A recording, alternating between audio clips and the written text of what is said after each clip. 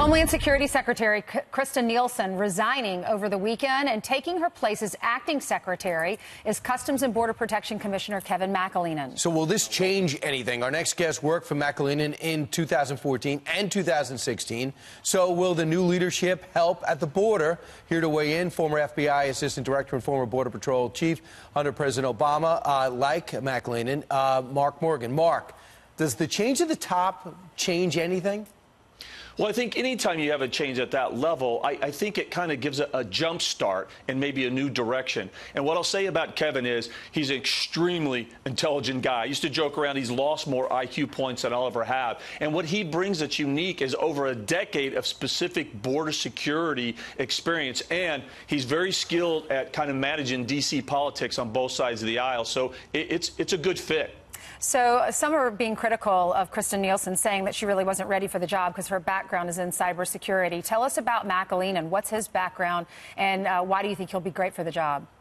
Again, so he served as the deputy commissioner of CBP before he became commissioner. So he was there on the ground floor, and I was actually with him in a different capacity in 2014 when this influx and this crisis began of unaccompanied minor and family units. So he's been there on the ground floor and has seen this and been there every day working hard since 2014 through this crisis from the start to where we're at now. So I think he brings that unique perspective. So he's an Obama holdover, so he was able to win over the president, at least for now. So you'd say it doesn't matter who's at top as long as two things are in place. And we should wrap this thing up into legislation and get it started right away. The Flores Agreement and the TVPRA. Describe exactly what they are and how Congress could change these two things quickly. Okay, so quickly, the Flores settlement, basically what it does is it mandates DHS by law to release kids within 20 days. So that means they come in, that's the half part of the catch and release. The other part, the TVPRA, what that does is if you come in as an unaccompanied minor, if you're from Mexico or Canada, we get to send you back. But if you're from Central America, we can't. We keep you. So the Flores settlement plus TVPRA together equals catch and release. DHS, they can't do anything about that. Congress has to fix those laws. Right. Could they do that? Is there anybody trying to push this through? It doesn't seem to be a partisan issue on the surface.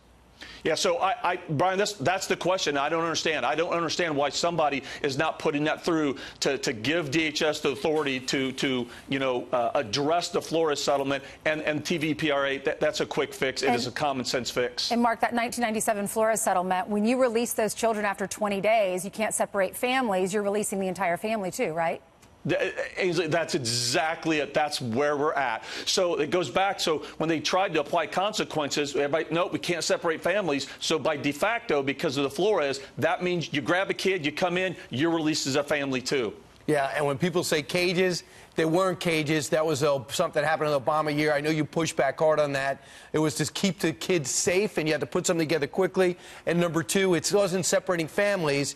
Sessions cracked down and said go by the letter of the law. So parents go back, kids stay, hence separation. So they quickly amended that, but they were just going by the rules that Congress idiotically left on the books. That's it, Brian, that's right there. Everything you just said is absolutely, the American people need to understand what you just said is absolutely correct.